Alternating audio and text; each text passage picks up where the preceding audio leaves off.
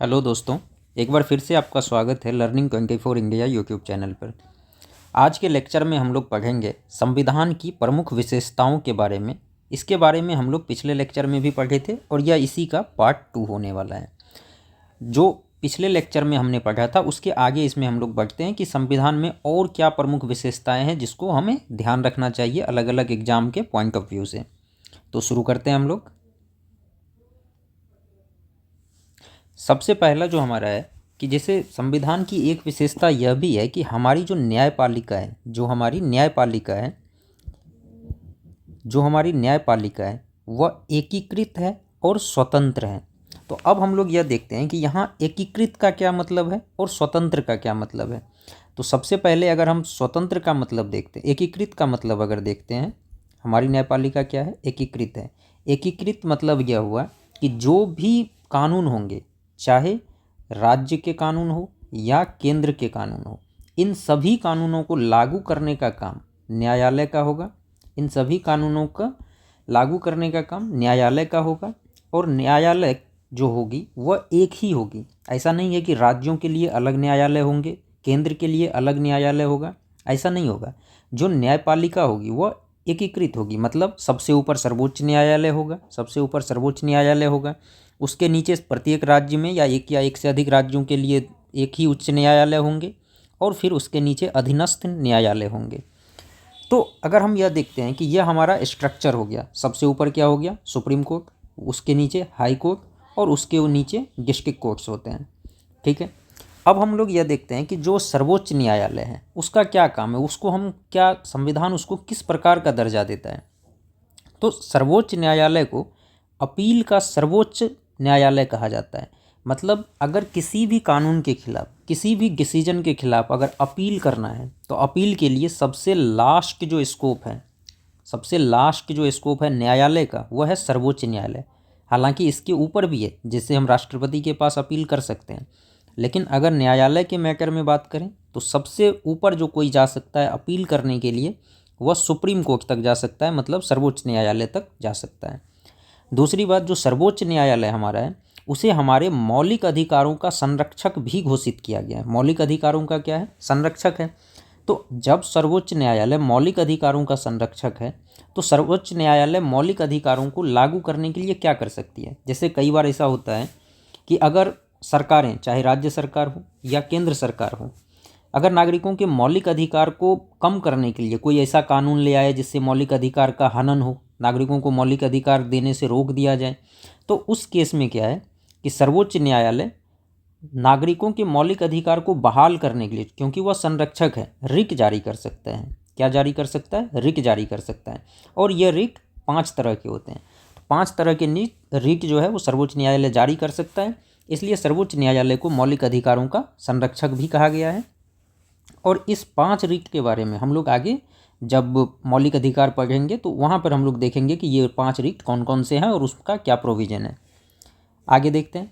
तो दूसरी बात यह है कि सर्वोच्च न्यायालय को संविधान का भी संरक्षक कहा जाता है। संविधान का संरक्षक होने का क्या मतलब है, अगर कोई भी कानून, जैसे कानून कौन बनाता है, या तो विधानसभाएं बनाती है या लोक संसद बनाती है। अगर कोई भी कानून संसद से या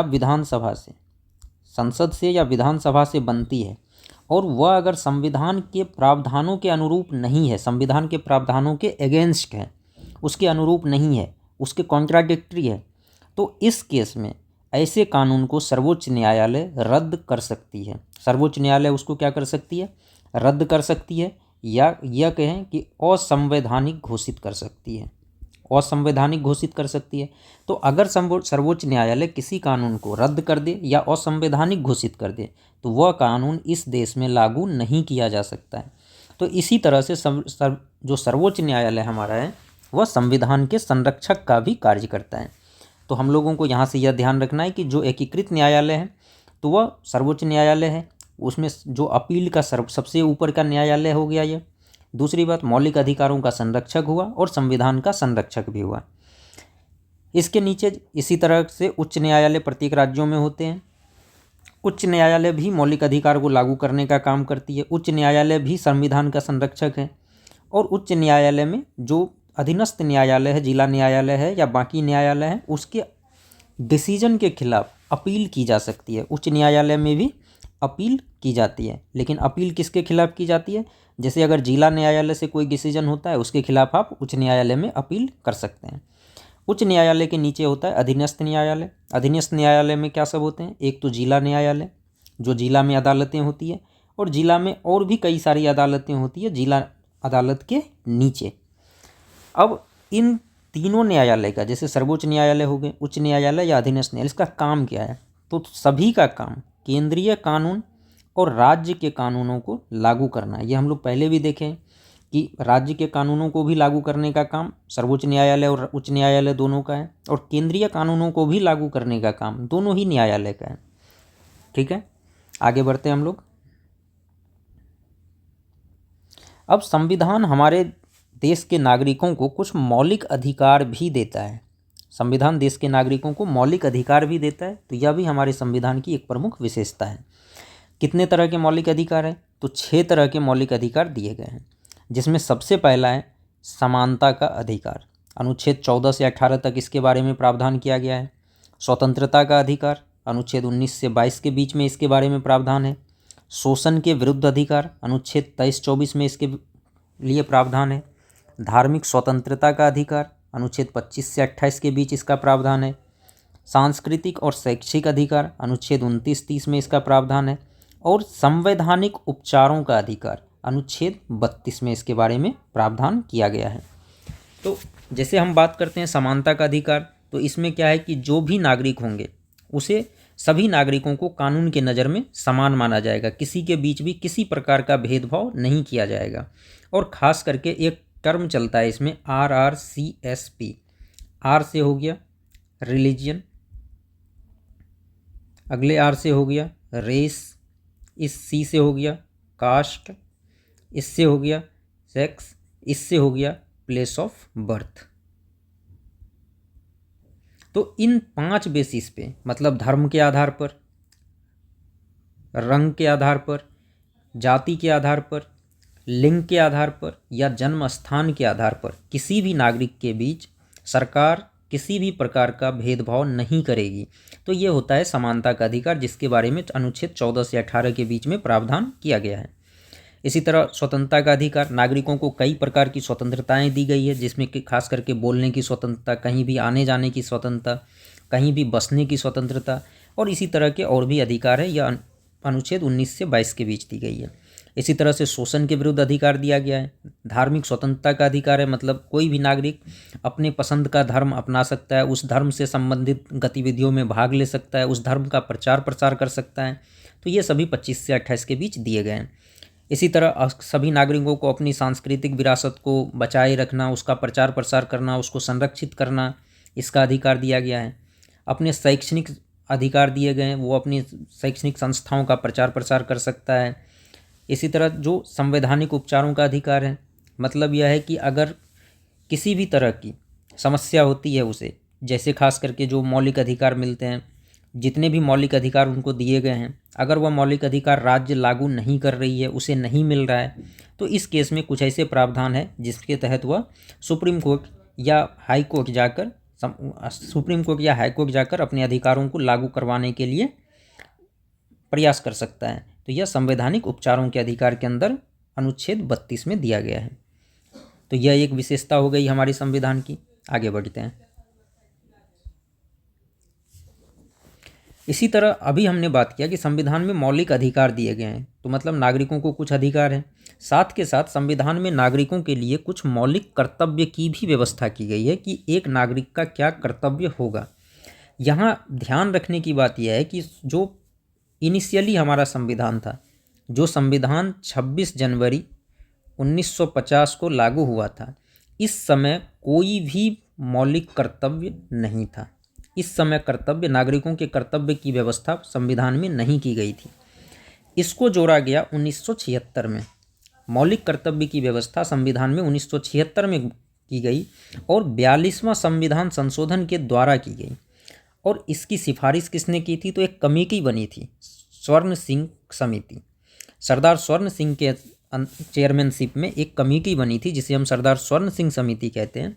इनकी सिफारिश के आधार पर 1976 ईस्वी में 42वां संविधान संशोधन किया गया और उसी समय मौलिक कर्तव्य को संविधान में जोड़ा गया।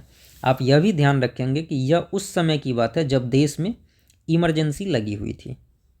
देश में इमरजेंसी लगी हुई थी। इसी इमरजेंसी के दौरान 42वां संविधान संशोधन होता है और मौलिक कर्तव्य को जोड़ा जाता है। कहाँ पर जोड़ा गया? तो अनुच्छेद 51A के अंतर्गत जोड़ा गया और भाग 2 में जोड़ा गया। अनुच्छेद 51A के अंतर्गत जोड़ा गया और कितने मौलिक कर्तव्य हैं? 11 मौलिक कर्तव्य हैं। तो ध्यान ये रखना है कि अनुच्छेद 51A के अंतर्गत भाग 4A में अनुच्छेद 51A के अंतर्गत 11 मौलिक कर्तव्यों को संविधान में जोड़ा गया। आगे देखते हैं। जो अगली विशेषता है हमारे संविधान की वह है पंथ निरपेक्ष राज्य। पंथ निरपेक्ष, यहाँ यह ध्यान रखिएगा कि हमारा संविधान पंथ निरपेक्ष है, ना कि धर्मनिरपेक्ष है। और पंथ निरपेक्ष शब्द भी शुरुआत में संविधान में नहीं था। जब संविधान लागू हुआ था 1950 में, तब पंथ निरपेक्ष शब्द भी संविधान में नहीं था। इसको भी 1976 में 42वें संविधान संशोधन द्वारा जोड़ा गया और इसको प्रस्तावना में जोड़ा गया। तो पंथ निरपेक्ष शब्द जो जोड़ा गया वह जोड़ा गया है प्रस्तावना में और 42वां संविधान संशोधन के द्वारा 1976 में जोड़ा गया। यह भी ध्यान रखिएगा। अगला है हमारा सार्वभौमिक वयस्क मताधिकार। क्या मतलब हुआ? एक तो सबसे पहले देखते हैं वयस्क मताधिकार। वयस्क मताधिकार मतलब 18+, जो 18 वर्ष से अधिक आयु के लोग होंगे वह वयस्क माने जाते हैं।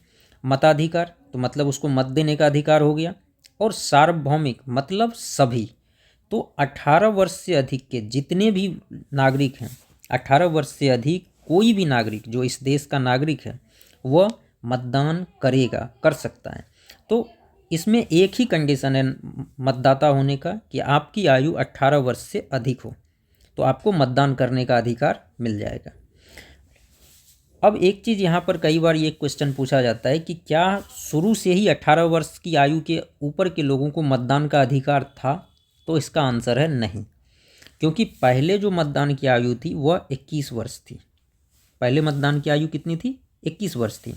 लेकिन 61वां संविधान संशोधन 1989 के द्वारा इसको घटाकर 18 वर्ष कर दी गई। तो यह ध्यान रखने की चीज़ है कि जो 61वां संविधान संशोधन हुआ 1989 में, उसके द्वारा जो है मतदान की आयु 21 वर्ष से घटाकर 18 वर्ष की गई। तो यह भी एक विशेषता है हमारे संविधान की कि यहाँ पर सार्वभौमिक वयस्क मताधिकार का प्रावधान किया गया है। आगे बढ़ते हैं। इसके बाद अगला है एकल नागरिकता। हमारे संविधान में एकल नागरिकता की व्यवस्था की गई है, मतलब कोई भी व्यक्ति भारतीय नागरिक होगा। कहाँ का नागरिक होगा? भारतीय नागरिक होगा। किसी भी व्यक्ति को यह नहीं कह सकते हैं कि वह बिहार का नागरिक है या उत्तर प्रदेश का नागरिक है या कर्नाटक का नागरिक है या केरल का नागरिक है, ऐसा हम नहीं कह सकते हैं। देश में व्यवस्था यह है कि वो एकल नागरिक होगा, मतलब वह भारत का नागरिक होगा। और साथ के साथ यह भी व्यवस्था है कि कोई भी व्यक्ति अगर भारत का नागरिक है तो वह किसी भी दूसरे देश का नागरिक नहीं हो सकता है। और अगर किसी ने किसी दूसरे देश की नागरिकता ले ली, किसी दूसरे देश की नागरिकता ले ली, तो उसकी, अगर किसी ने दूसरे देश की नागरिकता ले ली तो उसकी भारतीय नागरिकता खत्म कर दी जाएगी। तो एक टाइम में कोई भी व्यक्ति सिर्फ इस देश का नागरिक हो सकता है। अगर उसने किसी दूसरे देश की नागरिकता ले ली तो उसी समय से उसकी भारत की नागरिकता खत्म कर दी जाएगी। तो इसलिए यहाँ पर एकल नागरिकता का प्रावधान किया गया है। इसी तरह से संविधान में कुछ स्वतंत्र निकाय के प्रावधान किए गए हैं। स्वतंत्र निकाय के प्रावधान किए गए हैं और ये स्वतंत्र निकाय में जैसे क्या है, हमारा यूपीएससी है, स्टेट के पब्लिक सर्विस कमीशंस हैं, उसके बाद चुनाव आयोग है, उसके बाद सीएजी है, और इसी तरह से और भी कई सारी संस्थाएं हैं जो देश में अलग अलग काम करते हैं। और ये सभी के सभी स्वतंत्र निकाय माने जाते हैं, क्योंकि यह सरकार, ऐसा माना जाता है कि ये सरकार से इंडिपेंडेंट है, सरकार से अलग है, सरकार से स्वतंत्र हैं। तो ये सभी स्वतंत्र निकाय संविधान के द्वारा स्थापित किए गए हैं। इसके बाद संविधान में आपातकालीन प्रावधान किए गए हैं और ये आपातकालीन प्रावधान 3 तरह के हैं और तीनों के लिए अलग अलग आर्टिकल्स हैं, अलग अलग अनुच्छेद हैं।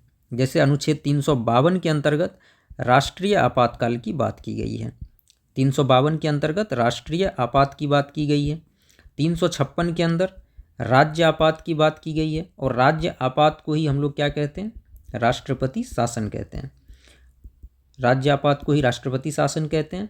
और 360 के अंदर जो है वित्तीय आपात की व्यवस्था की गई है। तो 3 तरह के आपातकाल की बात करती है संविधान में, 3 तरह के आपातकाल की बात की गई है। पहला हो गया अनुच्छेद 352 में राष्ट्रीय आपात, 356 में राज्य आपात या राष्ट्रपति शासन, और अनुच्छेद 360 के अंतर्गत वित्तीय आपात। इसी तरह से संविधान में त्रिस्तरीय सरकार की भी व्यवस्था की गई है। जो शुरू में हमारा संविधान था उसमें त्रिस्तरीय सरकार की व्यवस्था नहीं थी। ये त्रिस्तरीय सरकार की व्यवस्था 73वें संविधान संशोधन द्वारा किया गया, और यह हुआ था 1993 में। जो 73वां संविधान संशोधन था यह 1993 में हुआ, और 74वां संविधान संशोधन जो था यह भी 1993 में हुआ। इन दोनों संशोधनों के द्वारा संविधान में जो स्थानीय स्वशासन है, इन दोनों संशोधनों के माध्यम से संविधान में जो स्थानीय स्वशासन है, जो स्थानीय स्वशासन है उसकी व्यवस्था की गई। और 73वें संविधान संशोधन के द्वारा भाग 9 के अंतर्गत अनुसूची 11 जोड़ी गई। पहले संविधान में हमने देखा था कि 8 ही अनुसूची थी, और बाद में अलग अलग संशोधन के माध्यम से जो अनुसूची 8 तक थे उसको बढ़ाकर 12 किया गया। उसी में से एक संशोधन 73वां संविधान संशोधन था, जिसके द्वारा अनुसूची 11 जोड़ी गई, और यह कहाँ पर जोड़ी गई, भाग 9 में। और अनुसूची 11 के अंतर्गत पंचायती राज संस्था का प्रावधान किया गया। और इसी तरह 1993 ईस्वी में ही एक 74वां संविधान संशोधन होता है, और उसके द्वारा अनुसूची 12 जोड़ी गई, और यह जोड़ी गई भाग 9A के अंतर्गत। और इसमें नगर पालिका, नगर निगम, इन सभी से संबंधित प्रावधान किए गए। और ये दोनों ही संशोधन स्थानीय स्वशासन की दिशा में एक महत्वपूर्ण कदम था। अगली जो विशेषता है हमारे संविधान की वह है सहकारी समितियां। संविधान के द्वारा देश में सहकारी समितियों के गठन का भी प्रावधान किया गया है, और इसके लिए 2011 ईस्वी में 97वां संविधान संशोधन किया गया, और भाग 9B में इसको जोड़ा गया। तो आप यहाँ पर देखिए, भाग 9 में पंचायती राज है, 9A में नगर पालिका है, और 9B में सहकारी समितियों का प्रावधान किया गया है। ये तीनों ही जो संस्थाएं हैं, पंचायती राज, नगर पालिका या सहकारी समिति, यह हम देख लेते हैं कि यह जनता के प्रतिनिधित्व को बढ़ाता है। इसमें क्या है कि जो जनता का अधिक से अधिक प्रतिनिधित्व हो अपने स्वशासन में, अलग अलग संस्थाओं को मैनेज करने में, उसको चलाने में, इससे रिलेटेड प्रावधान है। और इसलिए इस तीनों को ही 9A और 9B के अंतर्गत रखा गया है। 97वां संशोधन के द्वारा एक और व्यवस्था की गई, इसको भी आप लोग ध्यान रखेंगे कि अनुच्छेद 19 के अंतर्गत सहकारी समिति के गठन के अधिकार को मौलिक अधिकार बनाया गया। कई बार यह क्वेश्चन पूछ देता है कि अनुच्छेद 19 जो सहकारी समितियां हैं उसके गठन को मौलिक अधिकार सरकार ने बनाया था, लेकिन वह किस अनुच्छेद के अंतर्गत रखा गया। तो यह ध्यान रखिएगा कि अनुच्छेद 19 जो है, जो कि हमारा स्वतंत्रता के अधिकार के अंतर्गत 19 के अंतर जो 6 स्वतंत्रता है, उसी के अंतर्गत जो है सहकारी समितियों के गठन के अधिकार को भी मौलिक अधिकार के रूप में मान्यता दी गई है। तो यहाँ तक जो ये हमारे संविधान की कुछ विशेषताएं हो गई, इन सभी को ध्यान रखिएगा। और इसके बाद हम धीरे धीरे करके एक एक जो व्यवस्थाएं हैं उसको हम आगे पढ़ते चलेंगे। तो अभी के लिए दोस्तों इतना ही, धन्यवाद।